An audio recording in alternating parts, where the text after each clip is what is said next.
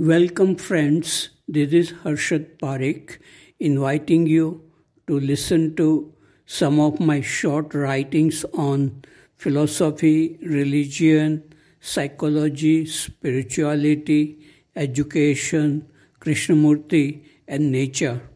I hope you have a good listening. This is audio tape number 108. Article number 715. It is a poem. I lived in Lemon House in Rishi Valley, which was on one side of the volleyball courts. From the window of my room in the Lemon House upstairs, I could see students and some teachers playing volleyball game. Once, after hearing a girl shouting, "Love all," it means both teams start the game with score 0-0. These words came to my mind. At the beginning of a volleyball match, just before serving the ball, a girl shouted, "Love all." These words rang a bell in my ears. What does it mean to love all? Do we love even one at all? Our love is based on mood, sometimes bad, sometimes good. What we call love is not love. It is rarely as gentle as a dove. Love which comes from wisdom has the true quality of freedom. Is it possible to love like a flower which spreads its perfume far? Buddha and Christ were such flower of humanity, so were Ramakrishna, Meera and Krishnamurti. Many such flowers have lived on this earth. They knew what life is worth. Article number 716. It is about insight. Once we were walking on a street in a city. We saw a group of people standing in a circle and they were laughing. They were watching a little rat trying to catch its own tail, but the tail was short and so the rat was going round and round, caught into this mechanical habit of trying to catch its own tail. The rat was not aware that people were laughing around. After 5 minutes, somebody touched the rat and it moved in a straight line and escaped. When we are caught in the habit of thinking, we go round and round in confusion. With the touch of insight, thinking moves straight with clarity. Article number 717. It is about a little squirrel. Time here in British Columbia, Canada is 8:07 p.m. The sun is still shining above tall trees. It may set around 9 p.m. Temperature is 13 degrees Celsius, but with the wind it feels like 8 degrees Celsius. I just came back from my evening walk through Devonian Park.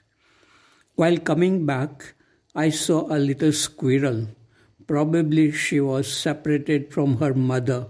She seemed to be hungry and not afraid of me.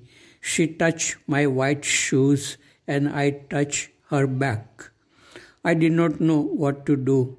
She started digging grass to find something of interest. I had no food to offer. I hope she finds some insects in grass or nuts on the trees to live. This is the first time a squirrel has come so close with innocence and no fear of human being. Article number 718.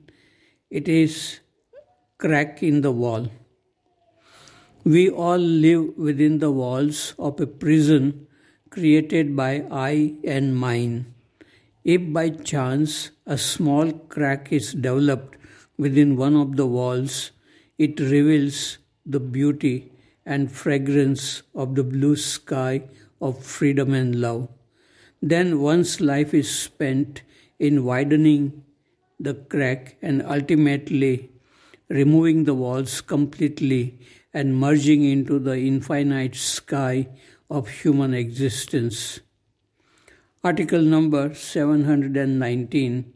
It is about peace in nature.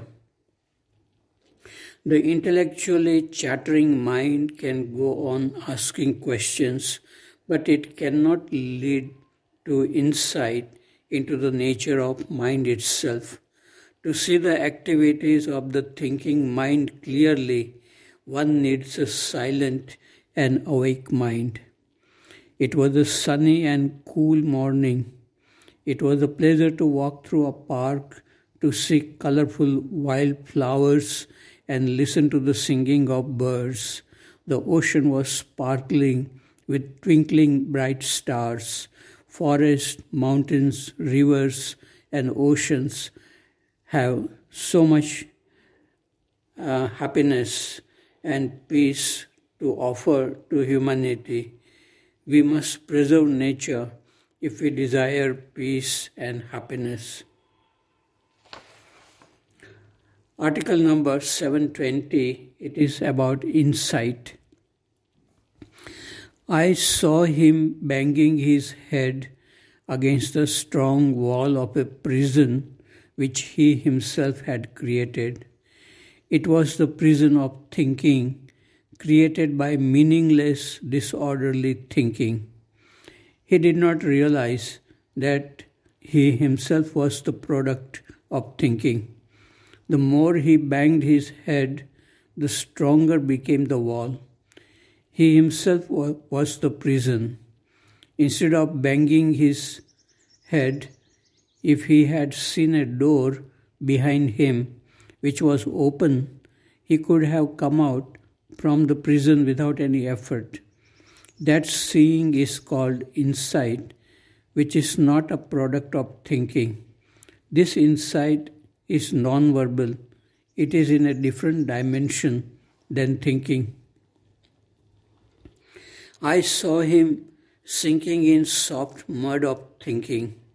The more effort he made to come out from the mud, deeper he sank. He was the mud.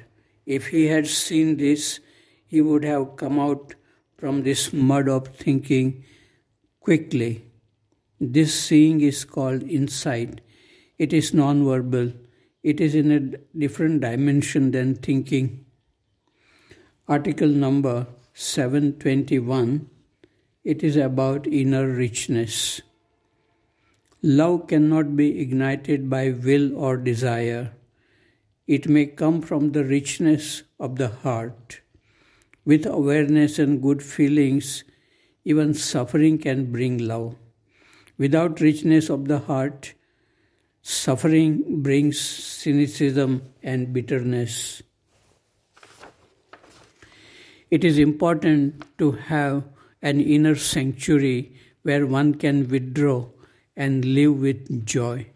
If one has such an inner sanctuary, his relationship with people will be based on goodness and love. Then there is no conflict inwardly or outwardly.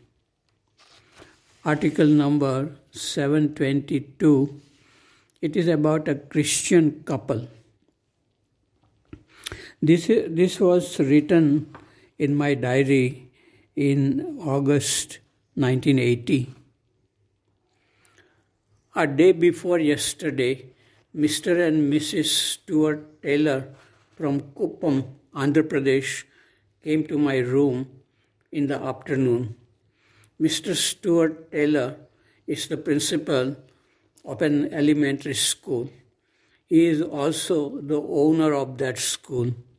A young man of 28, he is an Indian Christian, and his wife is an eloquent speaker with clear eyes. They visited this school, Rishi Valley, to see if this school would be a suitable school for their young children. They were very curious to learn so many things about this school and were asking penetrating questions. Sometimes they appeared like newspaper reporters looking for a good story to write in their newspaper. They were surprised to learn so many things about my background and educational interest, Krishnamurti's philosophy, and the purpose of our school. Their school is a commercial school. They are interested in spreading Christianity. They ask if Krishnamurti believed in God and the life after death. The wife said, quote, Krishnamurti has gone quite far in spiritual development, but if he goes a little further, he will find God. He is at the mouth of the valley, but not in the valley, unquote.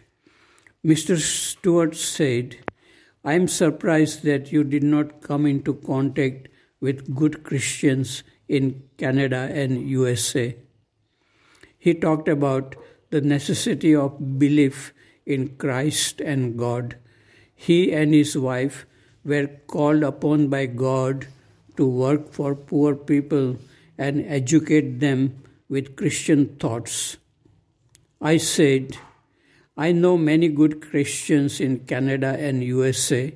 I used to go to a Baptist church, but then I stopped going because the same message was repeated every week. Christianity has failed in the West, and many people are attracted to the religions of the East.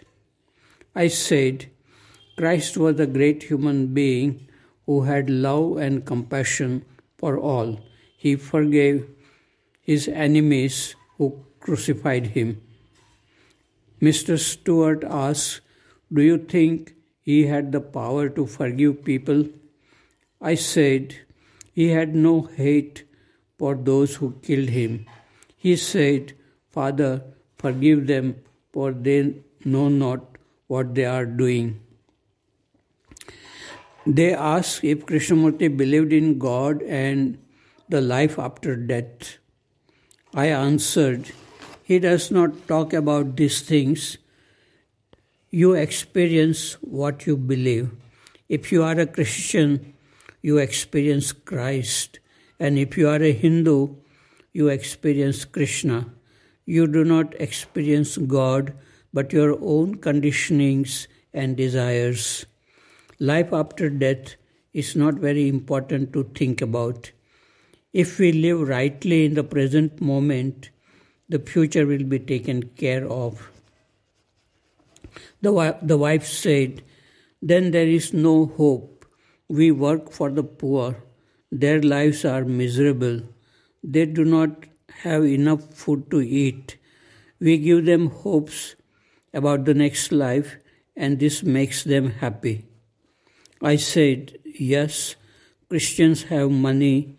They give food to the poor and also an ideology. This could be dangerous. Religions have divided people, and the division creates fear, hatred, and wars. We went to the dining hall and had a cup of tea and sweet bread to eat.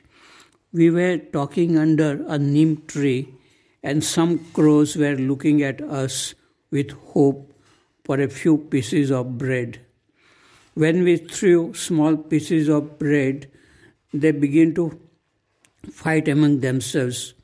A crow had a piece of bread in its mouth, and yet it was pushing other crows. It wanted more bread. I said, these crows are as greedy as human beings. The rich wants to become richer, and the poor too wants to become rich. Everyone is greedy. Mr. and Mrs. Taylor said, this place is just like heaven.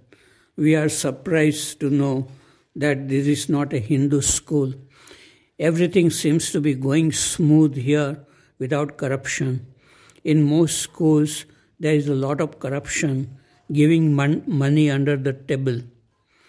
When they left the school, they invited me to visit their school.